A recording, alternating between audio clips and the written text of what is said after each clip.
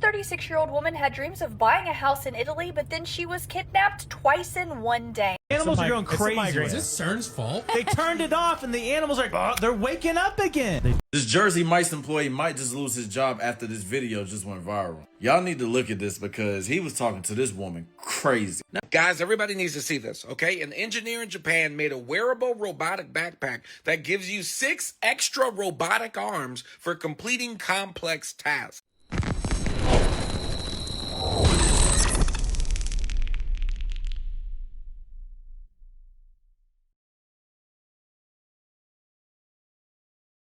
Hey you guys, welcome back to another CZ Reacts, where we watch the fun, weird, crazy, and interesting clips and make you question everything. Real or fake, you decide, let me know, leave it in the comments below. I will meet you there after the video. Video is for entertainment purposes only. Trigger warning or 2, I believe. I'm gonna throw that out there. We're gonna get into the video. I hope you guys enjoy it. Again, let me know. This 36-year-old woman had dreams of buying a house in Italy, but then she was kidnapped twice in one day. Stephanie is a 36-year-old executive from Melbourne who had hopes of buying a home in Italy. Is now explaining how her trip with friends to Italy, October of 2025, turned into a nightmare. Known for her DIY house renovation videos online, she was interested in Italy's $1 housing program. It is an initiative where you can buy abandoned or dilapidated homes in Italy for €1. Was particularly drawn to an area in Sicily for its kiteboarding community. And while Stephanie was staying in a town near Marsala, Italy, 36-year-old met up with a group of fellow kiteboarders, and that's where her nightmare began. After making friends with these fellow kiteboarders, she ended up going out with them one night, group deciding to go to another bar, and she accepted a ride from a small group of them with an expat driving the vehicle, and then quickly realized she had just been kidnapped. Eventually, the 36-year-old fell silent and texted the location to her kiteboard instructor. After refusing to stop the car, she said, "I may as well check the car door." Discovering that it was unlocked, Stephanie then jumped out of the vehicle and ran. Then continued to run until she found a place to hide and made sure they weren't following after her. Stephanie then kept walking until she got to a small town and found a security vehicle with its warning lights on. Soon finding the guard that was patrolling the area and used a translation app to tell him what had just happened to her. He then notified his boss to explain what was happening and then offered Stephanie a ride back to her room.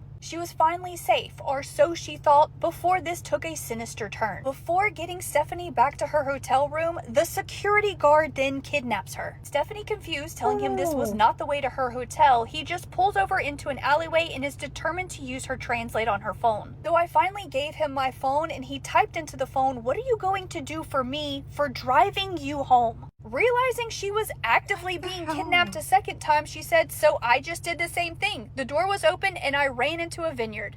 Eventually shaking off the security guard who tried to follow her, she realized she knew where she was and just walked back to her hotel. Hiding every time she saw headlights coming because she wasn't going to chance being kidnapped a third time. When she finally made it back to her hotel room safe, she cried all the next day. 36-year-old left shaken by the entire incident and is serving it up as a warning to others, stating that her entire experience wasn't even at the hands of just Italian men because the first man who kidnapped her was a European. Pointing out that she's honestly just lucky that it wasn't a lot worse. Stephanie explaining that she realizes just how lucky she was, that her dream of owning a home in Italy has been put on pause for now. Scientists thought they were training dolphins to collect trash, but they accidentally taught one how to run a mafia-style criminal enterprise. Trainers at the Institute for Marine Mammal Studies had dolphins keep their pool clean by giving them fish every time they brought litter to them. But a genius dolphin named Kelly noticed a flaw. She was paid per piece of trash, not by the size. So she would hide large pieces of trash under a rock and tear off smaller pieces when she wanted a snack. But then she really escalated things. After a seagull landed in her pool, she brought it to her trainers, was rewarded with a massive pile of fish, and realized birds were a high-yield investment. So she started using her own fish as bait to lure more birds in and catch them for a bigger payday. But the craziest part is that she didn't keep it a secret. Kelly taught her calves the hustle. They taught the rest of the pod, and seagull baiting became a practice among every dolphin in the facility. Trainers wanted a cleaner pool, but Kelly wanted an empire. Scientists thought they were training dolphins to collect. Guys, what the fuck is just happening right now? Where did they all come from? Oh my god! Oh no!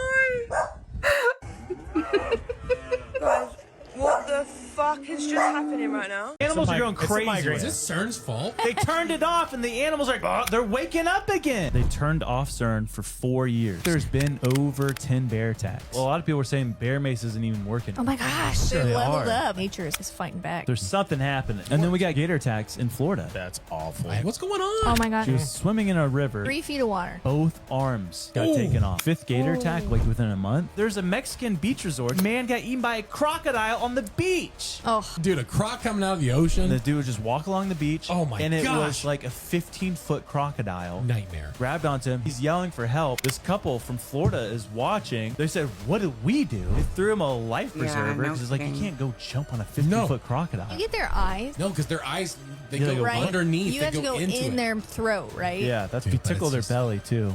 Just like you. If you whisper them a secret, they'll let you go. Animals are going crazy. Is this CERN's fault?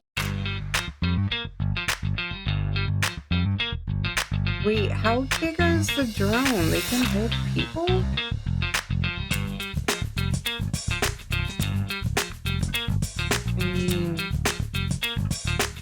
Are these ones that anybody can buy? Because they're cheaper than cars, right? So...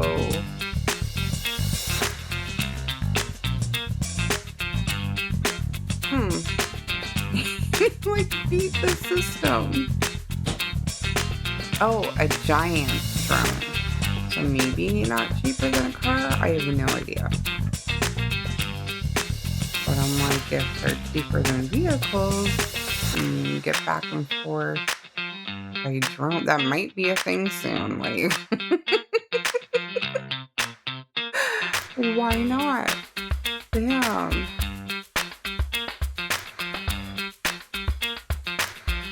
That was kind of cool.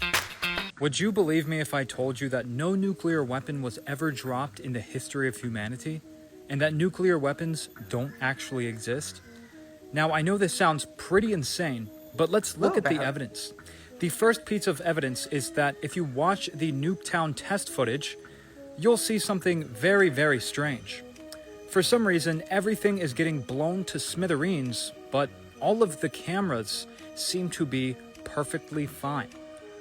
Keep in mind that they are in the middle of a nuclear blast, the most powerful bomb to have ever existed. And then you have a bunch of soldiers LARPing around and pretending that there's radiation poisoning and all this stuff. But there's no proof that radiation actually exists in the way that we are told that it exists. Because if you go to Hiroshima or Nagasaki, you'll see that there is no radiation poisoning lingering. In fact, right after the bomb was dropped, they rebuilt the cities, right after the nuclear fallout.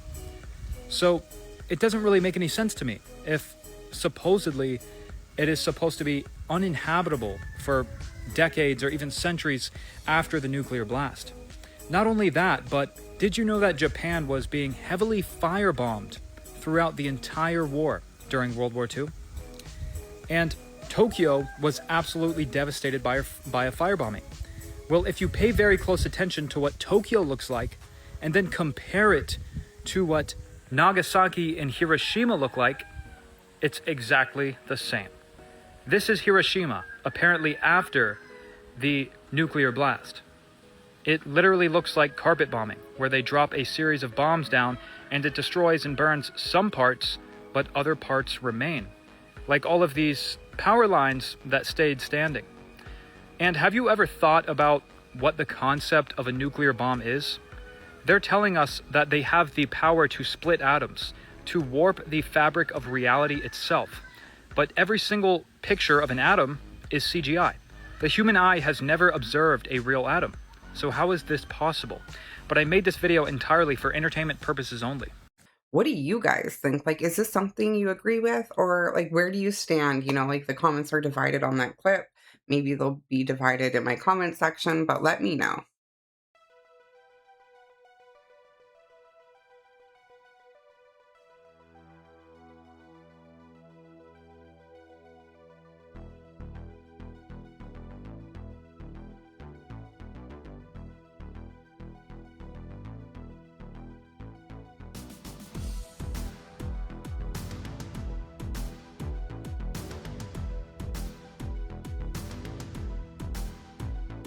Holy. These are complete cities under cities. With power.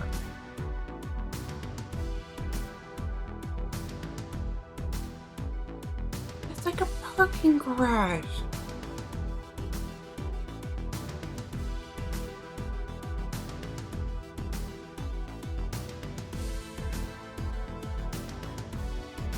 Oh my gosh. Oh my gosh. Under Chicago. Why and how do these still have, like, there's still power? Do you think, like, there's access where it's not like you crawl through a hole to get down there, but there's, like, actual access that people know about and are using? Like, there's power. There's power down there. And parking garages. Like,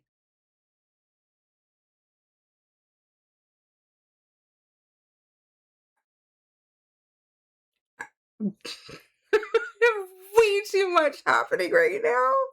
Holy crap. Like, it's not some dark, scary, dreary tunnel. Dreary, whatever.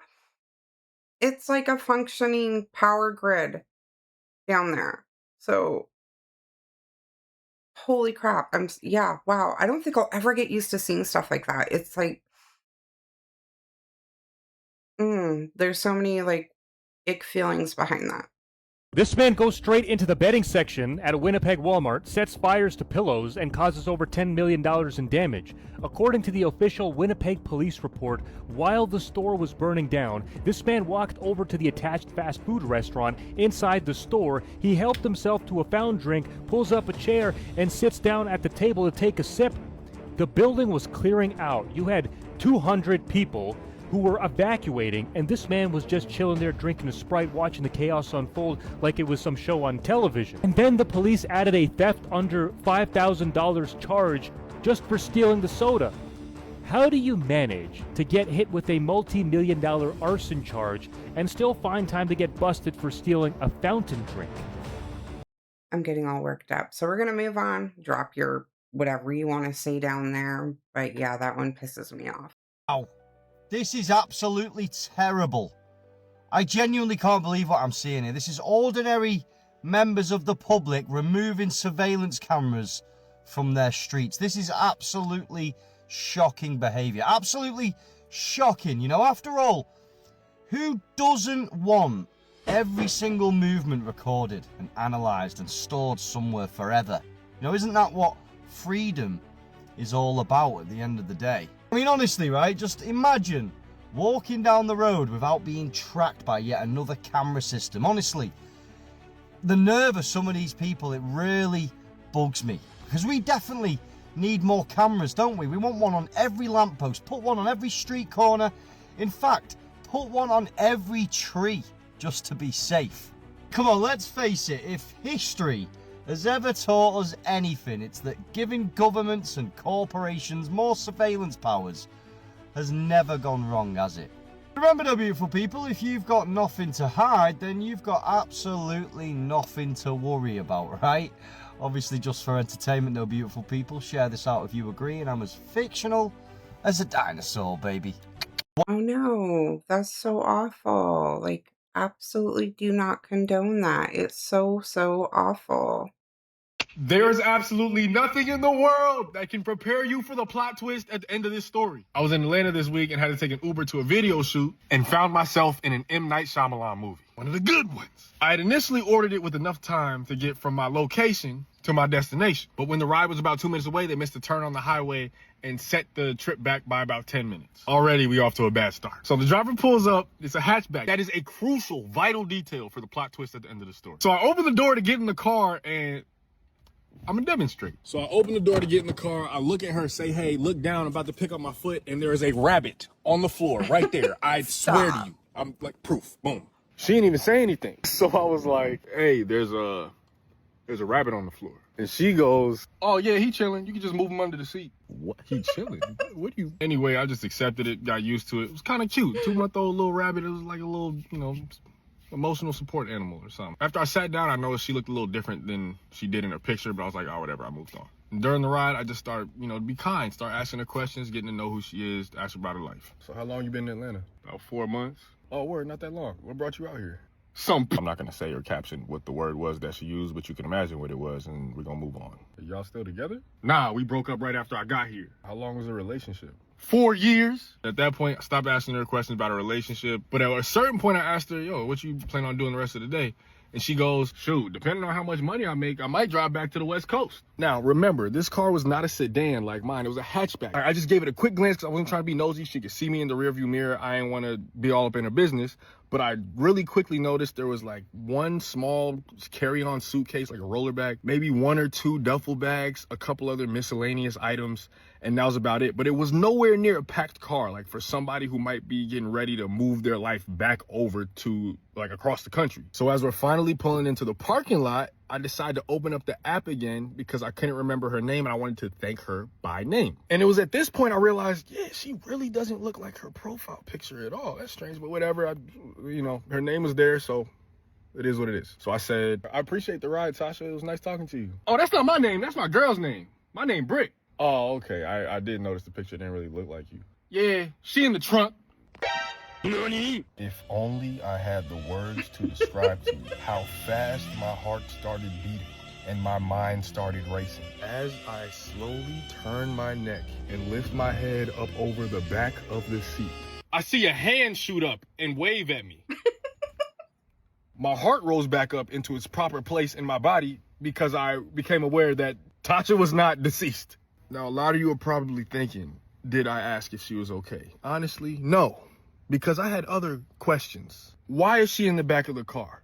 Why didn't they tell me she was in the back of the car? Why did they choose to tell me that she was in the back of the car now as I'm about to get out of the car?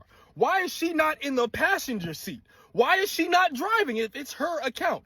Are they still in a relationship? Is she going back to LA with her? Why is this whole situation funny to them? Because they both laughing and I'm the one sitting here like, what is going on? Mind you, where my head was at pulling into that parking lot is, dag, I'm running late. I need to get inside as soon as possible. So when all this started happening, I got incredibly flustered. My brain did not have enough processing power to thoroughly examine the situation in real time. I just hopped out the car, closed the door, and went inside. It wasn't until after I got inside the building that I even considered, like, wait, was Tasha being held against her will? I didn't see her hands or feet bound up. I have no idea what the situation was, y'all. So yeah, I forgot a rabbit was in the car. There is absolutely nothing in the world. Snake, the Bigfoot hunter, and he joins us now. To have found a decomposing Bigfoot in the Adirondack Mountains. Yeah, we have that body that you're seeing right there on your screen. That is 8 foot long, 300 pounds, found just west of Old Forge, Central Adirondack Park. The reason we actually have this body, I believe, and I have been able to show it, is that we did not disclose this until we were able to get in front of a lot of people. We were afraid that that body would disappear or that I would disappear, to be honest with you.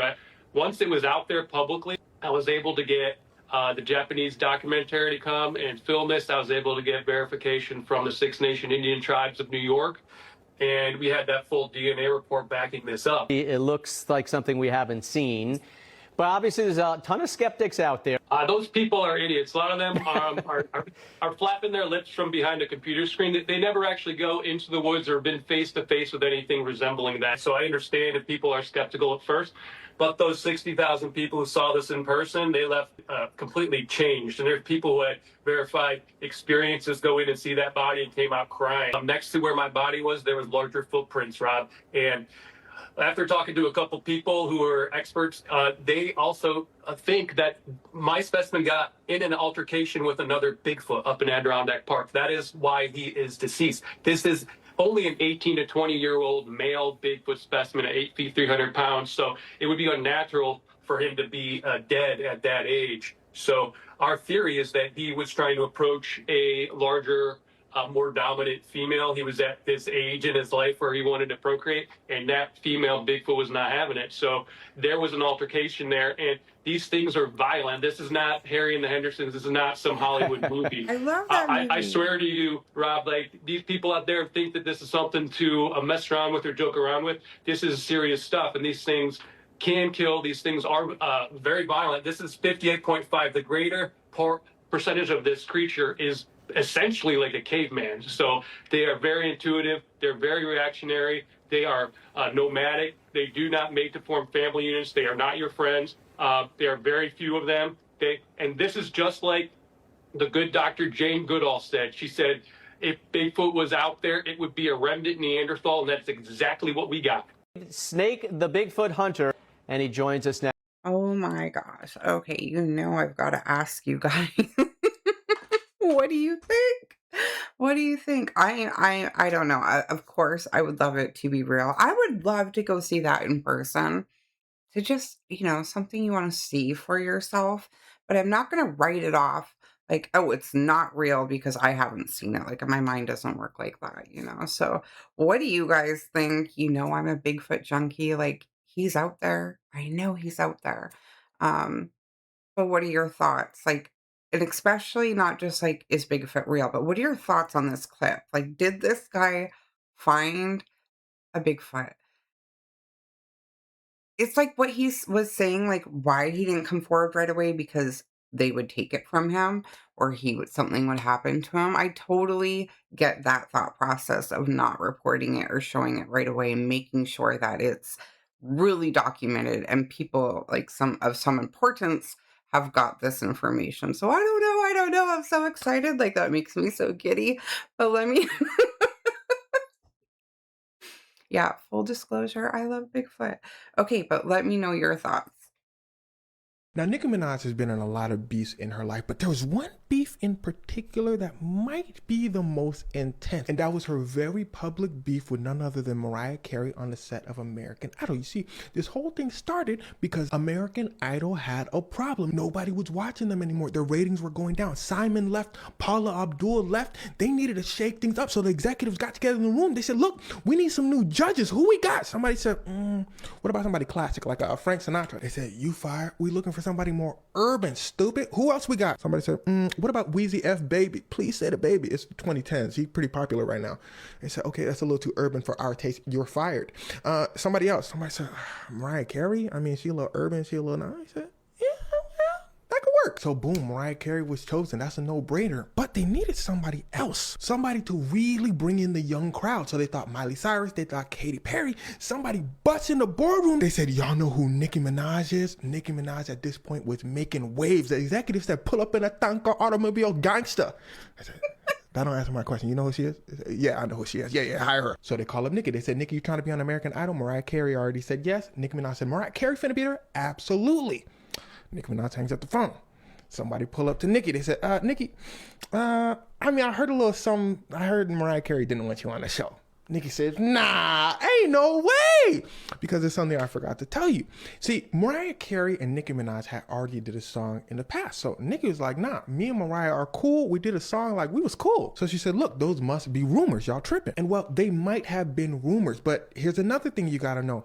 Mariah Carey has been in many famous beefs in the past with Eminem, Jennifer Lopez, the list goes on and on. Because Mariah Carey has the reputation of being a diva. And it is conceivable in a universe for Mariah Carey to be like, yo, I'm Mariah Carey. Y'all gonna hire this random upstart Nicki Minaj over here next to me? Like, that's kind of insulting. Now, I'm not saying that's what happened, but let's go on to this next part of the story and you may see how that can be an option. So Nicki Minaj says she pulls up to the American Idol set.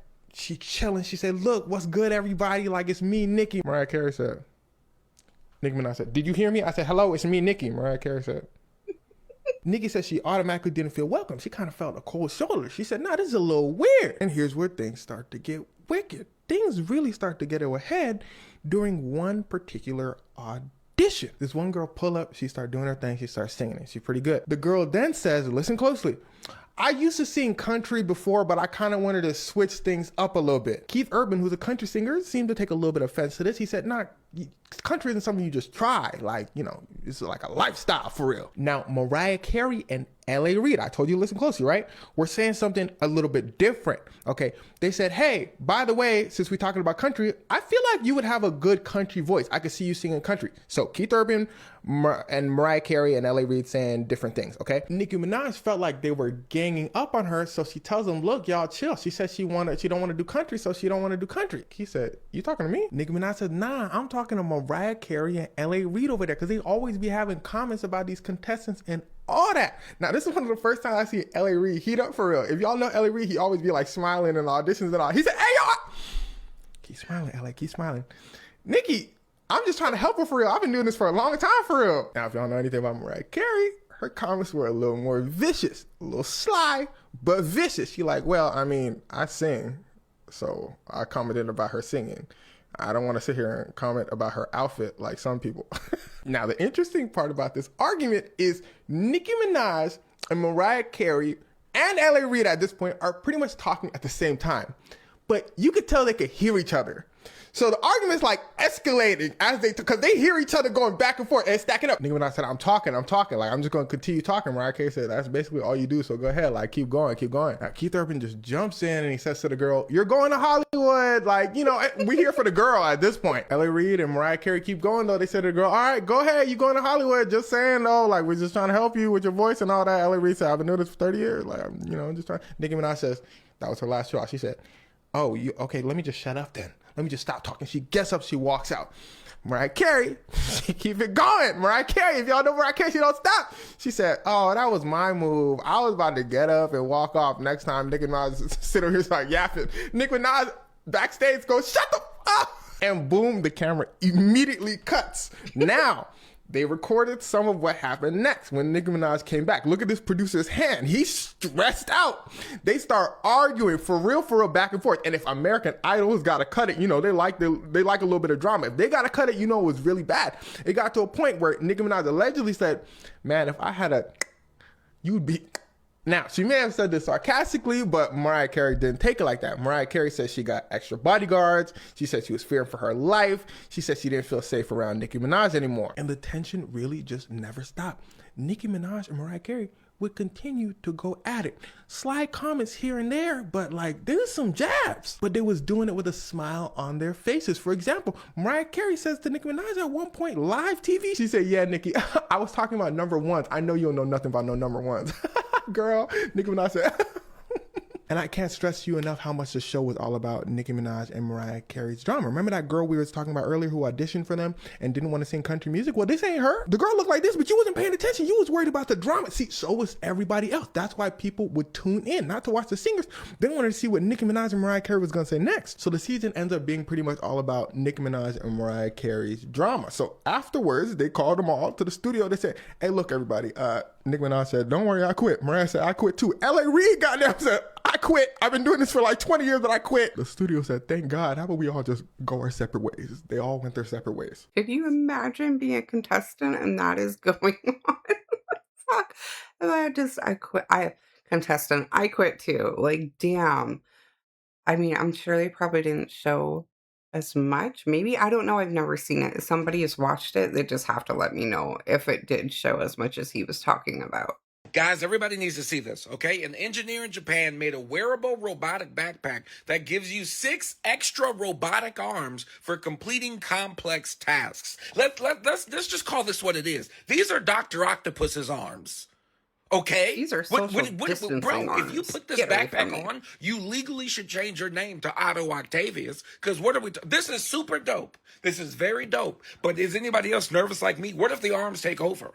Okay? What if they control your mind? I think if we're working on arms, we need to start working on radioactive spiders. Because if you become a villain, the only person that can stop you is Spider-Man. On today's episode of I'll Never Be Able to Afford a House, we have the most expensive house ever listed for sale in the United States. Ever. We're in Los Angeles, California. This house is listed for $400 million. And if you're curious, your estimated monthly payment, it's only $2.6 million a month. This house has 39 bedrooms, 59 bathrooms, and 70,000 square feet. How is that even possible? So apparently this house is known as the crown jewel of Los Angeles, which I kind of thought I was the crown jewel of Los Angeles, but anyway. So jumping right on in, there's like 42 living rooms, so this is just one of a million, but I will say I actually like how they've decorated this house. Here's one of the kitchens, and I think this is the biggest kitchen island I've ever seen. Here's one of the 39 bedrooms, and they're all like this. They're nice, they're well decorated. Okay, I actually love this bathroom, and it's surprising how much of this house I like, because usually rich people have no taste, as we've discovered. And the views are just insane. It's on a hill, you can see all of the city, the ocean, it's insane. Of course, an in-home spa. Who doesn't have one? No need to go to the nail salon for a mani-pedi. You have one in your house. Also an altar to sacrifice things. Great. Now this is how you do it, people. This is a movie theater room. Big fan of this. And then a gold-plated bathroom? Sure. And I guess they're not even using the world's largest kitchen island because we have this whole industrial kitchen. The pool area in the backyard is literally insane. As to be expected, this looks like a Four Seasons. There's also an indoor pool, and that's it. What's crazy to me is with 70,000 square feet, we haven't even scratched the surface of this home or this property. I can't even wrap my head around having $400 million, let alone spending it just on my house. But if you want to do that, get your offers in now. Love you, bye. On today's episode of How many of us need to go in together to live in together and buy this house? Who's gonna buy that house? I'm sure there's a select few on this planet, this earth, who can do that. That's insane. I love seeing these types of clips though. Like, stuff like that exists out there, so that's cool to see, but wow. I don't know. Wow is all I can say. Here and just hold this as I go to try and touch the bottom of that rainbow. Hold it, please. You don't understand. Jesus Christ. Oh, a rainbow. I was like, what? I think my wife might have a brain injury. Max, hold on. Your mom is running through the street. Just wait. Oh, it's still there. It's still there. Yep, you're literally hump the rainbow. No, turn to your right. Yep, hump it. No, other way, behind you. Just turn around. There it is.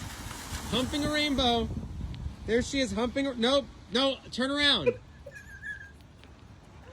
Another 25 degrees to your right. To your right. Turn toward the right. There you go. Hump it. Right there. It's right in front of you. Yep. Yep, that's my wife doing a rainbow. Here and just hold this as This Jersey Mike's employee might just lose his job after this video just went viral. Y'all need to look at this because he was talking to this woman crazy. Now we don't actually understand and know what happened because she did not explain. Either way, the video is out, so let's look at it. What you said? Who are you talking to? You recording that? Yeah, who you talking to? Yeah, I bet she won't say nothing now. My name is David. Yeah, what you say? Get the fuck out, right? Mm-hmm. Yeah, Thank you. that's what you Wow. said, right? Why? No, and don't try to be nice. You said get the fuck out, right? You said get the fuck out, right? Own it if you said it. Say it now. Say get the fuck out. Okay, yeah, Please okay. and thank you. Wow. Jersey Mike. Thank you. Wow. Yeah. Broke ass is $10. Fuck on. Cause it's my birthday and I asked for a birthday meal. Okay. Ask for a birthday meal. Yeah, Hold okay. on. Watch you lose your job. Look, your man standing at the door. Come on. Right, not saying anything to you. And watch you lose your job, David. Broke asses on my birthday. This is how I get treated on my birthday at Jersey Mike. Yeah, fuck your birthday. Okay. Wait. Before y'all skip the video, I need to explain this. Now, I did go back and I got the full story on what happened. And a lot of people is going to say, oh, well, he making a video on stuff that he don't know. Y'all just didn't continue on watching the video, which most of y'all do. Y'all comment before y'all actually watch the whole video. Look at this, though. I'm done talking about that. Look at this. So this is what she typed. She said, after I asked for the receipt, an employee responded by saying that he doesn't remember faces, which came across dismissive and disrespectful because he doesn't remember faces. Okay. I was also called broke and subjected to rude, hostile, and unprofessional behavior. An employee even said, your birthday. Y'all heard it in the video. Now she goes on to type in some more things, but I'm going to skip that and I'm going to read y'all this. I visited other businesses on my birthday and had no issues redeeming my birthday offers or being treated with courtesy. This location's behavior was completely unacceptable, deeply upsetting, and left me feeling embarrassed, humiliated, and disrespected on what should have been a special day. I understand that. And then she goes to tag Jersey Mike's, and this is the location to Jersey Mike's. So after I finish talking, y'all know what y'all need to do. Now, let's talk about the birthday redemption point. I cannot speak on that because I don't know if Jersey Mike's does that because I don't eat Jersey Mike's. I don't ever think I've eaten Jersey Mike's. Either way, this is not a way that you treat a customer regardless of what happened. And before y'all even say anything, that's not the only video. There is like 3 more videos. I can't cover everything. This would be a 10-minute video. I can't do everything. What I can do is let y'all know. I gave y'all the meat. You feel me? I gave y'all the meat of the situation and just put the bone to the side, all right? The video that y'all just seen was the most important part of the video. Y'all know what to do, and y'all let me know what y'all think about this. Should that person be fired after treating that customer that way? Because at the end of the day, it doesn't matter what's going on as an employee, as a worker, whatever you want to call it, you have to have respect towards the people that you're serving. Now, this woman was not being disrespectful at all from what I've seen in the video. She was not being disrespectful. If something happened off camera, I can most definitely understand that. But what we see on camera is what we see on camera, and we can only go based off of that. So, based off of what was on camera, that employee was wrong. Like and follow for more. Let me know what y'all think. That's crazy. Like, he stood 10 toes down and said it again. And yeah, you're gonna have to job hunt, and you're on the internet, dude. It's on there forever. Check it out, family. 2026. I told y'all the veil is gone. It's Nathan Dare, the themes. And I'm gonna keep saying that. But anyway, y'all let me know what y'all think and feel about this in the comments, because apparently this is supposed to be an actual footage of the ice wall. It's a lot of questions that need answers, and we need answers immediately, because this got me thinking. But anyway, on Phone Grave, shit is crazy. Check it out. Here and just hold this as I go to try and touch the bottom of that rainbow. Hold it, please. You don't understand. Jesus Christ. Oh, a rainbow. I was like, what? I think my wife might have a brain injury. Max, hold on. Your mom is running through the street. Just wait. Oh, it's still there. It's still there. Yep, you're literally hump the rainbow. No, turn to your right. Yep, hump it. No, other way, behind you. Just turn around. There it is. Humping a rainbow. There she is, humping. Nope, no, turn around. Another 25 degrees to your right. To your right. Turn toward the right. There you go. Hump it. Right there. It's right in front of you.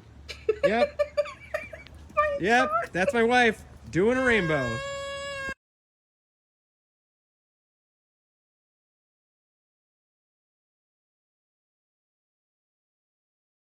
All 3 of them.